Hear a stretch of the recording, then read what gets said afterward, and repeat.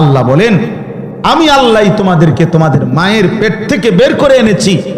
যখন আমি বের করে আনছিলাম মায়ের পেট থেকে, জানো তুমি, সেদিন তুমি এক শব্দ, এক জাররাই পৃথিবীর কিছুই জানতা না।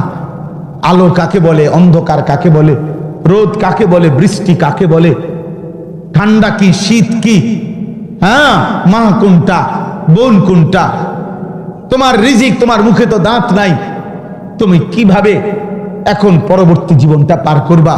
আল্লাহ তাআলা বলেন, তুমি জানতা না, আমি আল্লাহ তোমারে শিখায় দিছি যে তোমার দুইটা মাড়ি, দাঁতবিহীন দুই মাড়ি দিয়া, হ্যাঁ, তোমার মায়ের বুকের স্তন তুমি চেপে ধরো, আমি আল্লাহ তোমার জন্য দুধের ইন্তজাম করে দিচ্ছি।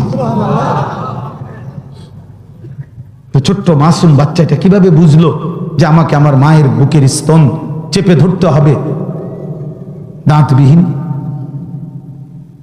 আল্লাহ বলেন, এটা আমি শিখাইছি।